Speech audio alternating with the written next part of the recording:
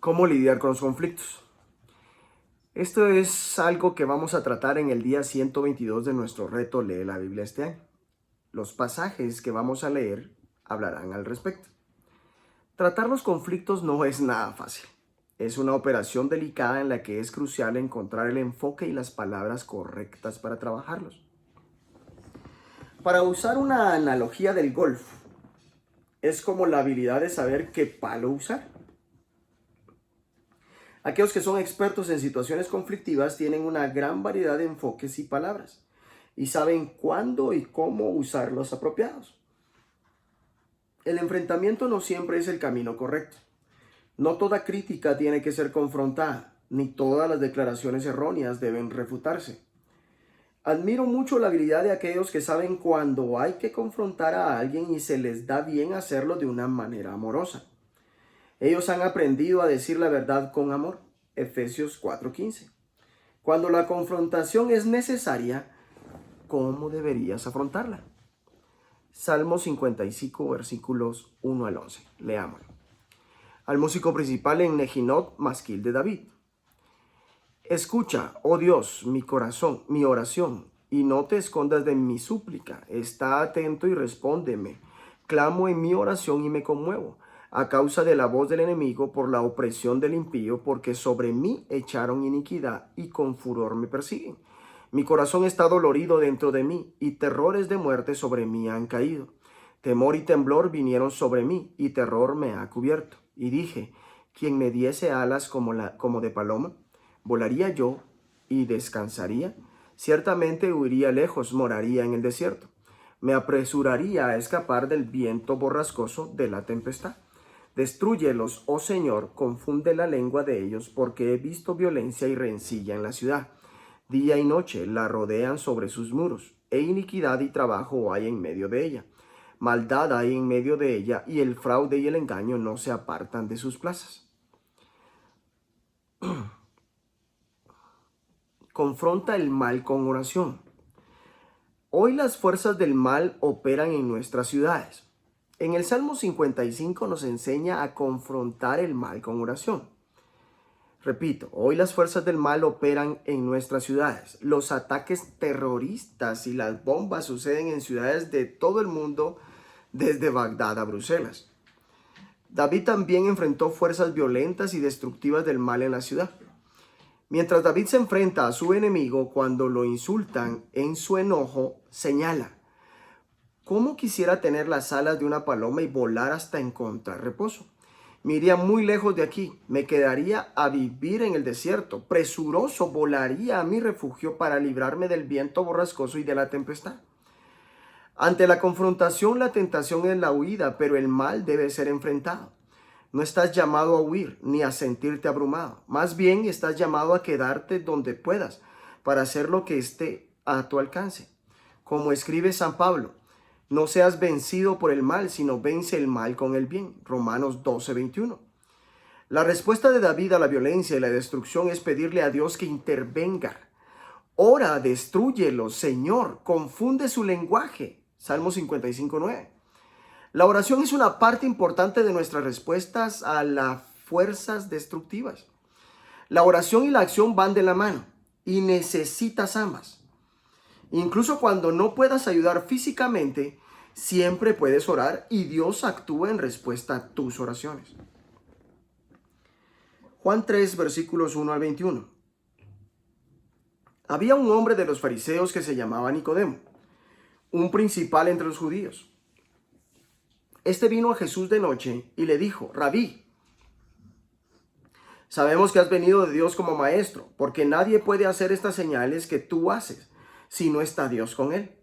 Respondió Jesús y le dijo: de cierto te digo, que el que no naciere de nuevo no puede ver el reino de Dios. Nicodemo le dijo: ¿cómo puede un hombre nacer siendo viejo?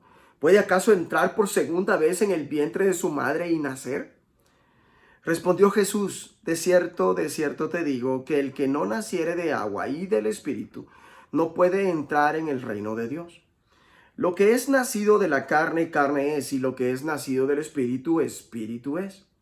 No te maravilles de que dije: os es necesario nacer de nuevo.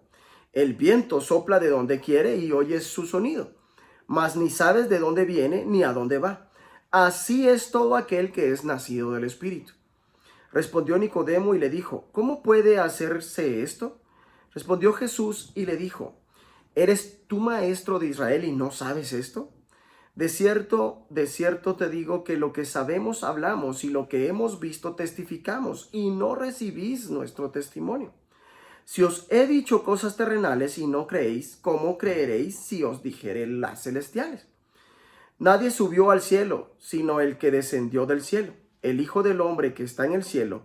Y como Moisés levantó la serpiente en el desierto, así es necesario que el Hijo del Hombre sea levantado, para que todo aquel que en él cree no se pierda, mas tenga vida eterna.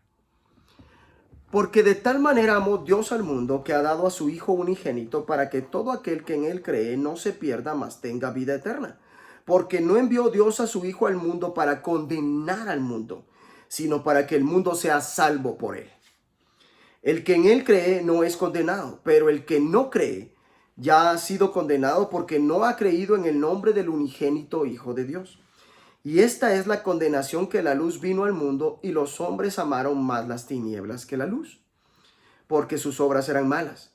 Porque todo aquel que hace lo malo aborrece la luz y no viene a la luz, para que sus obras no sean reprendidas. Mas el que practica la verdad viene a la luz, para que sea manifiesto que sus obras son hechas en Dios. San Juan también nos está diciendo otra manera de confrontar los conflictos. Nos dice, corrige a las personas con amor. Corregir a los que están en una posición de debilidad es relativamente fácil y hasta a veces cobarde. Enfrentarse a aquellos que ocupan cargos de poder sobre nosotros por su trabajo, su estatus o su riqueza requiere de un gran valor. Jesús fue el maestro de la confrontación y nunca huyó de ella. Por otra parte, nunca actuó por ningún otro motivo que el amor. Nicodemo era un hombre muy poderoso, un fariseo moral y recto y un dirigente de los judíos. Jesús no se dejó intimidar por su posición, sino que confronta cariñosamente a Nicodemo con su necesidad de nacer de nuevo. Es decir, de comenzar de nuevo. Dejar atrás las heridas pasadas, así como los hábitos y los viejos caminos. La transformación es el núcleo del contenido del mensaje de Jesús. Nicodemo necesita nacer de nuevo del agua y del Espíritu. La limpieza exterior debe ir acompañada de la inhabitación interior del Espíritu Santo. A Dios ahora no lo vemos físicamente, pero vemos las pruebas que hablan de Él. Al igual que no podemos ver el viento, pero podemos ver su efecto sobre los árboles y las hojas. Lo invisible moviendo lo visible. Del mismo modo, Jesús dice que no puedes ver al Espíritu Santo, pero puedes ver su impacto en la vida de la gente. La persona que toma forma está concebida adentro por algo que no puedes ver ni tocar, el Espíritu, y se convierte en un espíritu vivo. Jesús pone en cuestión las creencias de Nicodemo con amor, usando la imagen de la serpiente en el desierto de Números 21. Jesús predice que Él mismo será levantado en la cruz para que todo el que crea en Él tenga vida eterna. La expresión que crea significa que confíe. Cada vez que empezamos una relación nos arriesgamos. Todas las relaciones necesitan confianza y la confianza en la dinámica de una relación es algo que crece y perdura. Jesús enseña sobre el amor de Dios. La palabra griega usada para amor en el versículo 16 es ágape, la cual solo en el Evangelio de Juan aparece 44 veces. Este versículo resume el Evangelio de Juan y de hecho todo el Nuevo Testamento. Porque tanto amó Dios al mundo que dio a su Hijo unigénito para que todo el que cree en Él no se pierda, sino que tenga vida eterna. Hay un Dios y su amor es tan grande como para abrazar a toda la humanidad sin distinción ni excepción. No es un amor genérico o sentimental. El amor de Dios es de una intensidad inconmensurable y lo ha demostrado por su disposición al sacrificar a su único Hijo por ti y por mí. El mundo está en un estado caótico. La gente con frecuencia pregunta ¿por qué Dios no hace algo? La respuesta es que Él sí hace algo. Él vino en la persona de su Hijo Jesús para morir en una cruz y resucitar por ti y por mí. Jesús conoce el sufrimiento, pues sufrió por nosotros y sufre junto a nosotros. Muchas personas han dejado de creer en la vida después de la muerte, pero como lo indica la versión en inglés Amplified Bible, Jesús prometió que tendríamos vida eterna y en realidad viviríamos para siempre. Esta vida no es el final. Hay esperanza más allá de la tumba, pues Jesús te ofrece la vida eterna. Hay una gran diferencia entre la confrontación y la condena. Jesús confrontó a las personas, pero no las condenó. Jesús no vino a condenarte, sino a salvarte de la condenación. Como Jesús, tú y yo necesitamos transmitir un mensaje no de condenación, sino de la buena noticia de la salvación. Salvar significa sacar a una persona del peligro, liberar, abrir las puertas de una prisión, sanar, completar. Luego Jesús habla de cómo la luz expone y enfrenta las tinieblas. Jesús parece estar sugiriendo que la razón por la que algunas personas lo rechazan es porque sus obras son malas. No queremos entrar en la luz porque no queremos renunciar a las cosas que sabemos que están mal. No queremos que la gente vea las áreas de sombra en nosotros. Escondemos toda la oscuridad dentro de nosotros detrás de nuestra aparente bondad. El pecado aborrece la luz. Cuando pecamos queremos evitar la luz de Jesús, pues no queremos que nuestras malas acciones sean expuestas. Pero Jesús vino a confrontar la oscuridad. Puede que tengamos miedo o vergüenza y puede ser algo extremadamente difícil para nosotros. También nosotros debemos afrontar las tinieblas de nuestras propias vidas y tratar de vivir en la luz de Cristo, quien te ama tal como eres. Martin Luther King señaló: la oscuridad no puede suprimir a la oscuridad, solo puede hacerlo el amor. El odio multiplica el odio.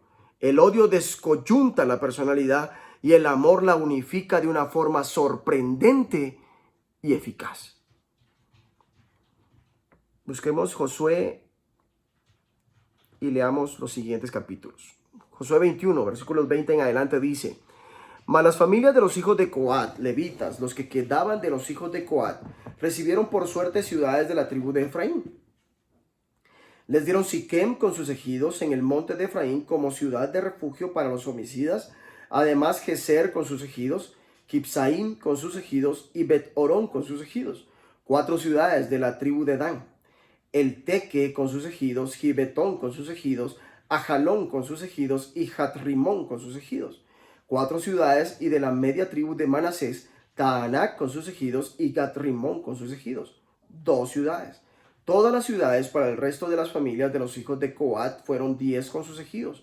A los hijos de Gersón de las familias de los levitas dieron de la media tribu de Manasés a Golán en Basán con sus ejidos como ciudad de refugio para los homicidas, y además Beestera con sus ejidos, 2 ciudades de la tribu de Isaacar, Gisón con sus ejidos, Daberat con sus ejidos, Jarmut con sus ejidos y Enganim con sus ejidos, 4 ciudades de la tribu de Aser, Miseael con sus ejidos, Abdón con sus ejidos, Elcat con sus ejidos y Rehob con sus ejidos, 4 ciudades, y de la tribu de Neftalí, Sedes en Galilea con sus ejidos, como ciudad de refugio para los homicidas, y además Amot-Dor con sus ejidos, y Cartán con sus ejidos, 3 ciudades.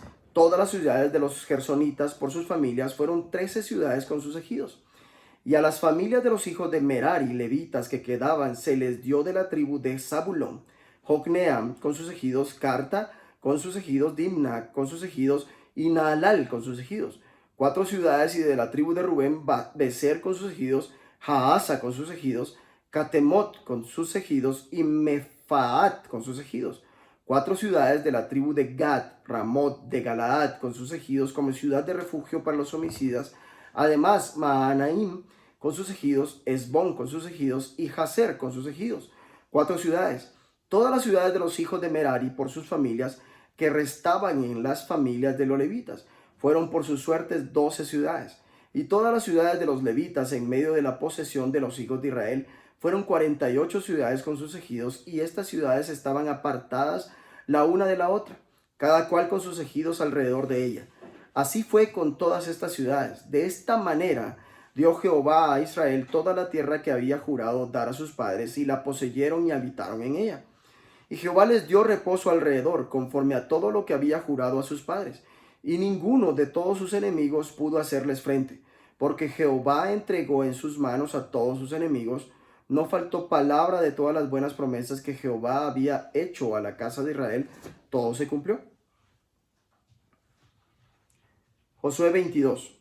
El altar junto al Jordán. Entonces Josué llamó a los rubenitas, a los gaditas y a la media tribu de Manasés y les dijo: Vosotros habéis guardado todo lo que Moisés, siervo de Jehová, os mandó, y habéis obedecido a mi voz en todo lo que os he mandado.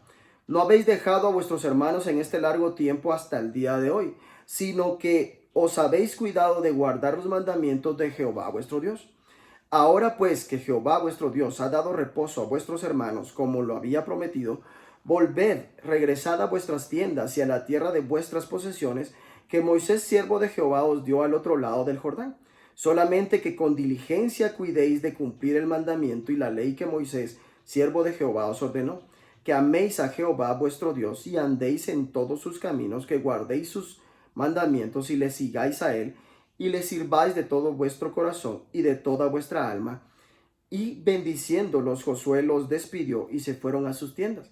También a la media tribu de Manasés había dado Moisés posesión en Basán, mas a la otra mitad dio Josué heredad entre sus hermanos, a este lado del Jordán, al occidente, y también a estos envió Josué a sus tiendas, después de haberlos bendecido, y les habló diciendo: Volved a vuestras tiendas con grandes riquezas, con mucho ganado, con plata, con oro y bronce, y muchos vestidos. Compartid con vuestros hermanos el botín de vuestros enemigos.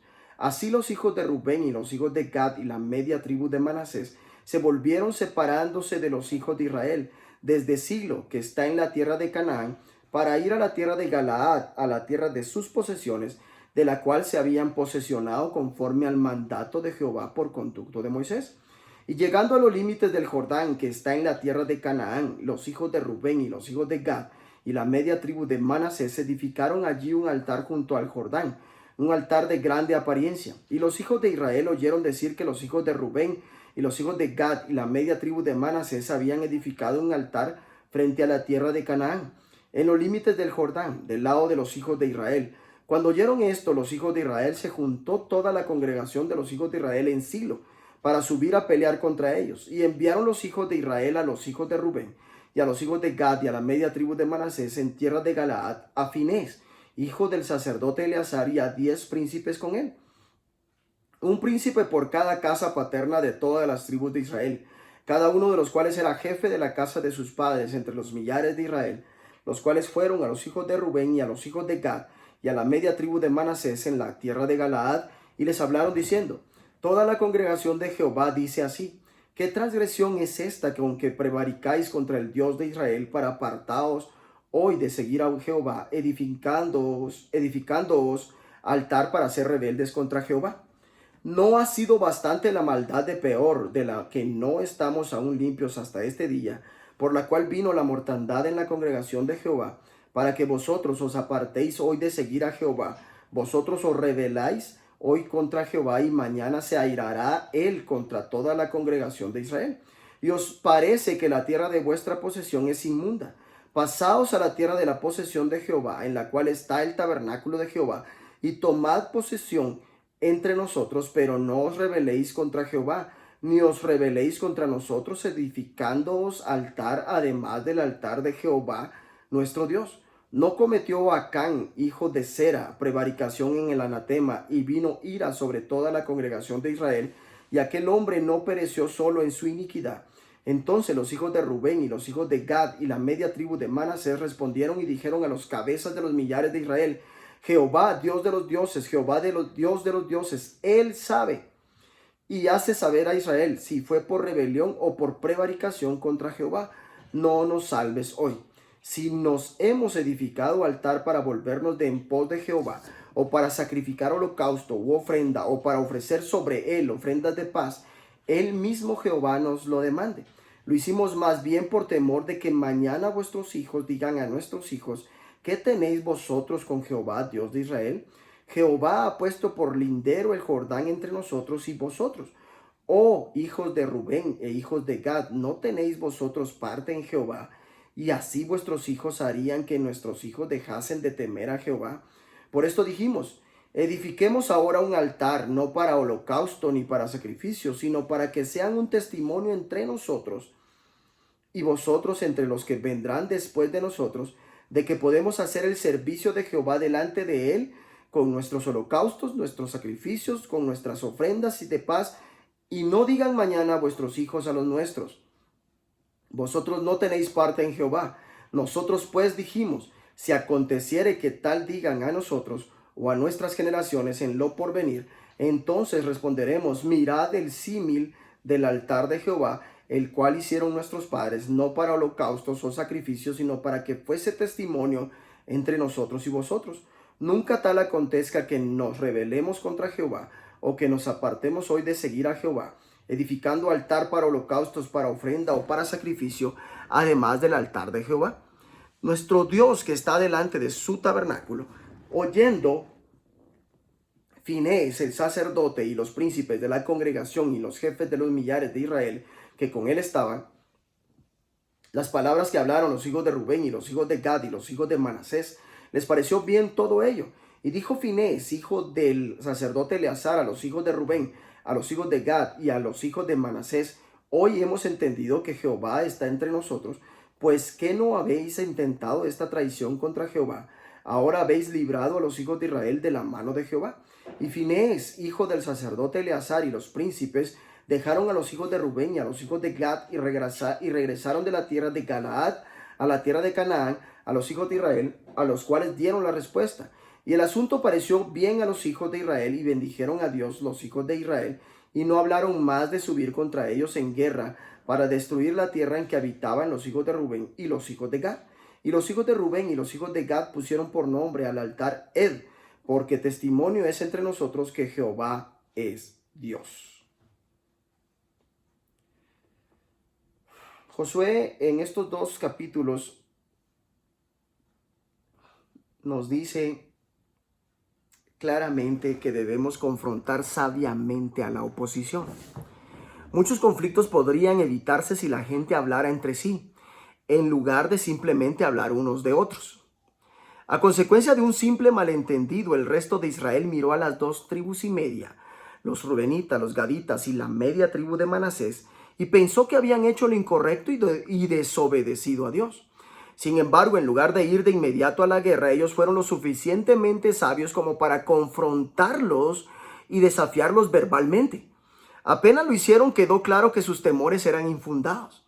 Tenían razón al querer inmiscuirse en lugar de ignorar esto, porque lo que hace una parte del cuerpo afecta a todo el cuerpo. No podían simplemente decir, ellos deciden lo que hacen. Cuando las 2 tribus y media fueron confrontadas, dieron su explicación. Lo hicimos porque nos importaba. Querían asegurar que sus hijos mantuvieran la fe.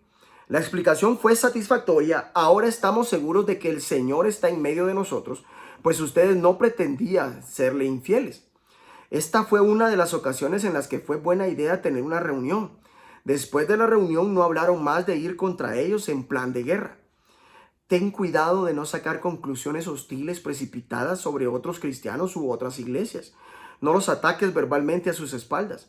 Si es necesario, planea una reunión, confronta y escucha la explicación. Si todos hiciéramos esto, se evitarían muchas divisiones innecesarias y sensaciones de molestia. En este caso, aceptaron la explicación en vez de mostrarse escépticos o cínicos y alabaron a Dios. Sé generoso, admitiendo tus errores cuando te equivoques con la gente. Admitir que estás equivocado es de grandes. Señor, dame sabiduría para conocer cuándo es importante convocar, confrontar y escuchar explicaciones. Ayúdanos a evitar divisiones innecesarias y desunión. Ayúdame a aprender las habilidades de la confrontación amorosa. Que Dios te bendiga.